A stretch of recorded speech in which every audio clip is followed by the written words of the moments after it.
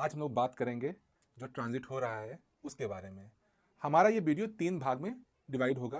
पहला है गोचर क्या हो रहा है, दूसरा है किस नक्षत्र में हो रहा है, और तीसरा है कि इसका आम राशियों पर क्या प्रभाव पड़ेगा। तो चलो शुरू करते हैं पहले पार्ट से। गोचर हो रहा है, किसका गोचर हो रहा है? राहु का गोचर हो रहा है सदभिषा नक्षत्र में। यहाँ राहु अपनी राशि बदल नहीं रहा है, राहु बस अपना नक्षत्र बदल रहा है और जा रहा है सदभिषा में। तो असल में गोचर जो होते हैं वो कुछ ही गोचर जो हम लोग को देखने चाहिए। एक है आपका शनि का गोचर, क्योंकि बड़े गोचर होते हैं, बृहस्पति गोचर और राहु केतु का गोचर।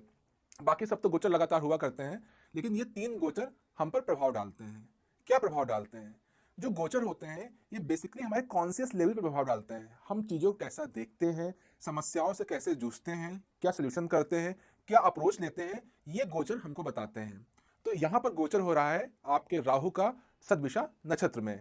तो अब हम लोग जाते हैं कि सदभिषा नक्षत्र क्या है और ये क्यों इतना इंपॉर्टेंट है कि मुझे ये वीडियो बनानी पड़ रही है। तो शुरू करते हैं सदभिषा नक्षत्र के बारे में। सदभिषा नक्षत्र जो है, नाम से सदभिषा मतलब 100 आरोग्य। 100 आरोग्य का मतलब ये होता है कि 100 डॉक्टर कह सकते हैं। सत मतलब 100 मतलब लॉट। तो जो सदभिषा नक्षत्र है ये इतना इंपॉर्टेंट क्यों है, इसके बारे में जानेंगे तो आपको बहुत अच्छा लगेगा। इसके जो देवता है वो वरुण है। हमको पता है कि वरुण जल राशि के देवता होते हैं। वर्षा के तो इंद्र होते हैं, लेकिन जो वरुण होते हैं वो जल राशि के देवता होते हैं। तो उन्होंने इस नक्षत्र को होल्ड कर रखा है। इस नक्षत्र का सिंबल जो होता है वो एक सफेद रंग में गोला होता है। जैसे सूर्य जो होता है वो चमकता हुआ गोला होता है, लेकिन सदभिषा नक्षत्र जो होता है वो एक ऐसा गोला होता है कि व्हाइट कलर का एक होता है, बीच में ब्लैक होता है। तो लोग उसको बोलते हैं मिड नाइट सन, मतलब अंधेरे का सूर्य। तो आप समझ रहे होंगे कि सूर्य जो उजाला देता है और सूर्य जो अंधेरा दे रहा है, इसका मतलब यह है कि यहाँ पर कुछ ना कुछ मिस्टिक है, कुछ ना कुछ ऐसी चीजें हैं जो अंधेरे को लेकर है। कहते हैं कि वरुण असुर के देवता थे, असुर थे। अब यहाँ पर आप लोग के आओगे कि असुर कैसे हो गए, वरुण तो देवता होते हैं, लेकिन वो चीजें हम लोग बाद में डिस्कस करेंगे किसी और वीडियो में। अभी हम लोग बात कर रहे हैं कि जो आपके वरुण हैं वो इस नक्षत्र को होल्ड करते हैं। इस नक्षत्र की कहानी बड़ी इंटरेस्टिंग है।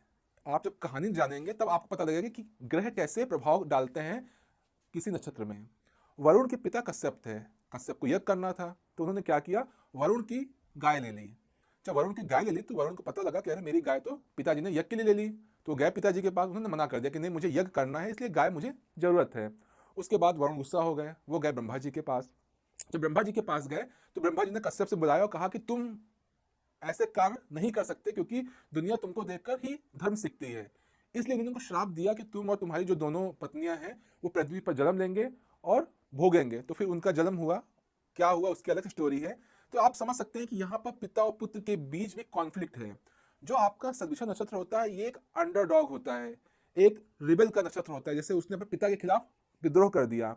तो ये इस नक्षत्र की क्वालिटी होती है। अब आते हैं बात कि कौन कर रहा है ट्रांजिट। राहु कर रहा है ट्रांजिट। राहु क्या होता है? राहु एक्सपेंशन देता है। मेरे गुरु कहते थे कलयुग का राजा कौन है? राहु है, क्योंकि सबको यहाँ पर एक्सपेंशन चाहिए। कैसा एक्सपेंशन? मेटेरियलिस्टिक चीजों का एक्सपेंशन। लेकिन केतु इसके जस्ट उल्टा होता है, सेवियर होता है, लेकिन राहु एक्सपेंशन देता है। तो जब राहु इस नक्षत्र में जाता है तो जाहिर सी बात है कि मिड नाइट सन, जो अंधेरे के खुद मिड नाइट है, वहां राहु पहुंच गया, जिसका मतलब राहु इस समय सबसे ज्यादा बलवान होता है इस नक्षत्र में। सदभिषा नक्षत्र में जो मेलिफिक प्लैनेट होते हैं, जैसे राहु हो गया, मंगल हो गया, ये सब बलवान हो जाते हैं क्योंकि नेचर मिल जाता है। लेकिन जब यहाँ पर जाते हैं कुछ सौम्य प्लैनेट, वहाँ कॉन्फ्लिक्ट रहता है। जब भी किसी का कोई भी ग्रह सदभिषा नक्षत्र में होता है सौम्य प्लैनेट, तो वहाँ पर कॉन्फ्लिक्ट रहता है, एक रिबल रहता है, समाज के प्रति उसका अलग नजरिया होता है, विद्रोही होता है वो। लेकिन जब राहु जाता है तो राहु और आपके नक्षत्र की एनर्जी दोनों मिलकर उसको एम्पलीफाई कर देती है, और राहु यहाँ पर अच्छे परिणाम देता है जो उसको देने चाहिए, जो उसको लोग चाहते हैं कि राहु उसको ये दे। अब आते हैं कि इसका किन किन राशियों पर क्या क्या प्रभाव पड़ेगा। तो हमको ये पता है कि जब भी गोचर होता है, अगर गोचर आपकी कुंडली के पहले, चौथे, सातवें, 10वें इन खानों से हो तो कुछ कॉन्क्रीट देके जाएगा, आपको कुछ ऐसा देके जाएगा जो आप रख सकते हैं, कुछ स्थायी होगा। लेकिन अगर वही 6, 8, 12 से जाएगा तो वो आपको अलग चीज देगा, क्योंकि ये स्थान जो होते हैं वो अलग दुनिया के स्थान होते हैं। जैसे छठा होता है पाताल का, शत्रु का, यहाँ पर तो ये जब छठे घर में रहेगा तो आपको उससे रिलेटेड चीजें देगा। तो जैसे हम लोग बात करते हैं, अगर हम लोग राशि वाइज बात करें तो मेष राशि में आपका ट्रांजिट हो रहा है 11वें घर में, क्योंकि मेष राशि से 11वां पड़ता है कुंभ, और कुंभ में ही जा रहा है राहु सदभिषा नक्षत्र में। तो इसका मतलब यह है कि आपके जो 11वां घर है, जो आपको बताता है गेन, सोसाइटी, उसमें क्या होगा, उसमें आपको मिलेंगी चीजें, उसमें आपको बढ़ोतरी होगी, ऐसी बढ़ोतरी होगी कि जो अनइवन बढ़ोतरी होगी, एक्सपोनेंशियल ग्रोथ से भी तेज ग्रोथ होगी वहां पर। लेकिन हाँ, ये ग्रोथ जो होती है वो कॉन्फ्लिक्ट भी देगी, क्योंकि आपको पता है कि सददिशा का नेचर ही ऐसा होता है, रिबल का होता है, अंडरडॉग होता है। वो कैसे इफेक्ट करेगा वो तो बात की बात है, लेकिन हाँ, आपको उस टाइम तो वो देगा। आने वाले 7 महीने आपका फ्रेंड सर्कल बढ़ेगा, आपको ग्रोथ देगा, तरह तरह की चीजें आपको मिलेंगी। कुछ लोग बात करते हैं राहु की दृष्टि के बारे में कि राहु जिस घर को देख रहा है 5वीं, तो यहाँ पर बहुत सारे मतभेद हैं कि राहु की दृष्टि होती है या नहीं होती है। हर व्यक्ति अपने गुरु के जो पंथ होता है उसी के विचार को फॉलो करता है। तो मैं यहाँ पर राहु की दृष्टि को नहीं मानता हूँ। मैं मानता हूँ कि छाया ग्रह है, जहां बैठता है वही की फल देगा। उसकी दृष्टि मेरे गुरु परंपरा में नहीं मानी गई है, तो इसलिए मैं भी उसको नहीं मानता हूँ। अब बात करते हैं आपके वृष राशि की, 2 नंबर की राशि की। जब 2 नंबर होगा तो आपका राहु होगा 12वें घर होगा, तो आपकी वृष राशि होगी। वृष राशि में राहु 10वें घर में होगा।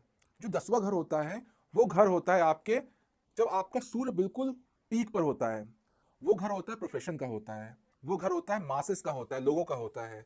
जब वहां पर राहु जाएगा तो जाहिर सी बात है कि कुछ ना कुछ कॉन्फ्लिक्ट देगा, बढ़ोतरी भी देगा, पॉजिटिव देगा, निगेटिव देगा, ये बाकी प्लैनेट पे डिपेंड करता है। लेकिन आपको पता होता है कि 10वें घर में सूर्य जो होता है वो दिग्बली होता है, और वहां पर अगर आपका सदभिषा नक्षत्र है, इसका मतलब मिड नाइट सन, बिल्कुल इसका अपोजिट वहां बैठा हुआ है, काला सूर्य बैठा हुआ है। तो जाहिर सी बात है जब उसमें राहु जाएगा तो उसका जो इफेक्ट होगा वो देखने लायक होगा कि वो क्या करेगा, आपको किस तरह की बढ़ोतरी देगा। ऐसा तो नहीं कि आप कुछ गलत चीजों में बढ़ोतरी पा जाएंगे, तो ये चीजें आपको देखनी चाहिए। इसी तरह से जब आपका राहु आएगा आपके मिथुन राशि में, तो वो पड़ेगा आपका, जो आपका कुंभ राशि होगी वो पड़ेगी 9वें घर में। तो 9वां घर जो होता है वहां पर पिता घर होता है, वहां पर राहु जाएंगे, वो धर्म का घर भी होता है। तो ऐसे लोग क्या करेंगे, उनका मतभेद हो सकता है पिता से। आपके धर्म के घर में राहु जाएगा तो आप कुछ ऐसे काम कर सकते हैं, और चूंकि जो राहु 9वां घर होता है वो 1, 5, 9 आपके ये त्रिकोण भी होते हैं, तो जब यहाँ पर राहु जाएगा तो इसका भी प्रभाव क्या होगा, वो ऐसा प्रभाव होगा कि आपके पिता के साथ में आपके मतभेद हो सकते हैं, या किसी मुद्दे पर लेकर आप अपने धर्म या अपने पंथ को लेकर भी आप क्रिटिसाइज कर सकते हैं। आपके अंदर रिबल आएगा, आप जो प्रोसेस फॉलो कर रहे हैं उसको लेकर आप क्वेश्चन कर सकते हैं। इसी तरह जब कर्क राशि की बात करेंगे तो राहु आपके 8वें घर में होगा। जब 8वें घर में राहु होगा तो कर्क राशि जो होती है वो जीवन मरण की राशि होती है, तंत्र की राशि होती है, छुपे हुए ज्ञान की राशि होती है। तो इस राशि में राहु अच्छा प्रभाव देगा, वो आपको इस दुनिया जो ये जंजाल है इससे ऊपर की सोचने की क्षमता देगा। तो ये राहु इस तरह से, देखिए 8वें घर से आप ये उम्मीद नहीं कर सकते हैं कि वो आपको पैसा देगा, क्योंकि वो उसका प्रोफाइल है ही नहीं। अगर आप एक डेंटिस्ट के पास जाएंगे और उसे कहेंगे कि आपको गा के सुनाए, तो उसका प्रोफाइल नहीं है, तो वो आपको किसी प्लेनेट या किसी घर से वही चीज मिल सकती है जो उसका प्रोफाइल होगा। आप आउट ऑफ प्रोफाइल चीजें ना मांग सकते हैं ना सोच सकते हैं। अगर आप उम्मीद करते हैं तो ये आपकी उम्मीद गलत होगी। अगर राहु अगर सिंह राशि का है, अगर आपका सिंह राशि है, तो राहु आपके 7वें घर में होगा, और 7वां घर होता है पार्टनरशिप का होता है, बिजनेस का होता है, लीगल बॉन्डिंग का होता है, स्त्री का होता है। तो वहां पर आपके 7वां घर केंद्र स्थान होता है, तो राहु वहां पर भी आपको कुछ कॉन्क्रीट देगा, बिजनेस शुरू कर सकते हैं आप कुछ, आपके पास कई सारे अवसर होंगे कि आप वहां पे कुछ कर सकते हैं। लेकिन आप राहु को इतना पॉजिटिव मत समझिए कि वो बृहस्पति की तरह हमेशा पॉजिटिव करेगा। वो कॉन्फ्लिक्ट भी दे सकता है आपके लाइफ पार्टनर के साथ में, आपका जो जीवन साथी है उसके साथ कॉन्फ्लिक्ट भी आपको दे सकता है, और आपके जो जीवन साथी है उससे जाहिर सी बात है कि वो रिबल का प्लेनेट है, सदविषा में बैठा हुआ है, तो वहां पर कुछ ना कुछ आक्रोश दे सकता है, मतभेद भी दे सकता है। अगर आपकी राशि कन्या राशि है तो राहु आपके 6ठे घर में होगा। 6ठा घर पाताल घर होता है। यहाँ पर आपका जब राहु जाएगा, रिपु, शत्रु, इन सब का घर होता है। जब यहाँ पे राहु जाएगा तो 6ठे घर में वो अच्छा असर देगा। आपके जो रिपु होंगे, शत्रु होंगे, आपकी जो जॉब होगी, उन सब चीजों में आपको तरक्की मिलेगी। तो राहु का जो प्रोफाइल होता है, राहु का प्रोफाइल क्या होता है, उसका प्रोफाइल होता है लड़ना झगड़ना, आपको इल्यूजन देना, भ्रम देना, माया जाल रचना, ये सब राहु की प्रोफाइल होती है। किसी चीज को बहुत तेजी से मल्टीप्लाई कर देना कि आदमी समझ ना पाए कि कैसे आ रहा है। लेकिन राहु स्थायी नहीं होता है, राहु का धुआं होता है ना वो, तो उसका स्टेबिलिटी इशू हमेशा रहता है राहु में। तो जब अगर आपकी राशि में हम एक जाते हैं, अगर आपकी राशि में राहु 5वें घर में है तो आपको 5वें घर से रिलेटेड चीजें देगा। जैसे कि आपके 5वें घर में शिक्षा हो गई, उसमें जाएगा। 5वां घर आपके पूर्ण पुण्य का होता है, तो इस तरह की चीजें देगा।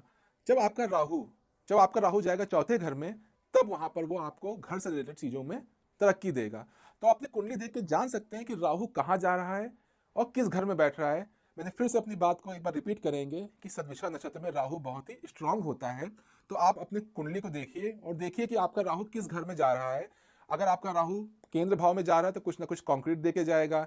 3 में जा रहा है तो आपको कुछ नया आइडिया देगा कि आपको ये करना है, वो करना है, कुछ आप चीज़ें करेंगे। और 6, 8, 12 में जा रहा है तो आपको इस दुनिया से अलग कुछ, आपकी सोच में कुछ ऐसा ऐसा आएगा कि आप कहेंगे अरे मुझे कुछ और करना है। और जिनका राहु जो कुंभ राशि के हैं या कुंभ लग्न के हैं, जिनका राहु केंद्र में ही बैठा हुआ है, तो राहु क्या करेगा, आपको प्रपंच देगा। आप इल्यूजन रचेंगे, आप सोचेंगे कि आप जो हैं उससे अलग हटके दुनिया को दिखाएंगे। आपकी वेशभूषा ऐसे हो जाएगी, आप 2-4 मालाएं पहन लेंगे, आपकी ऐसा आपका पर्सनालिटी शो करेंगे कि जो आप है नहीं, अगर आपके राहु लग्न में है। और ये राहु अगर सदभिषा नक्षत्र में है तो इस तरह की चीज़ों को और प्रबलता से देगा और लोग आपके उस प्रपंच में, उस माया जाल में फंसेंगे। तो ये होती है राहु की खूबसूरती, को माया रचता है। आजकल का एआई जो है और ये सब चीज़ें, क्या ये सब राहु की तो ही एक तरह का एलिमेंट है, जो आप इल्यूजन है, आप जो देख रहे हैं वो सत्य नहीं है, लेकिन आप देख रहे हैं, आप सत्य मान रहे हैं। आवाजें सुन रहे हैं वो सत्य नहीं है, क्योंकि वो एआई जनरेटेड है। तो जो एआई जो है धीरे धीरे बढ़ रहा है, क्या राहु का ही प्रभाव है। ये राहु से ही हम लोग उसको रिप्रेजेंट करते हैं।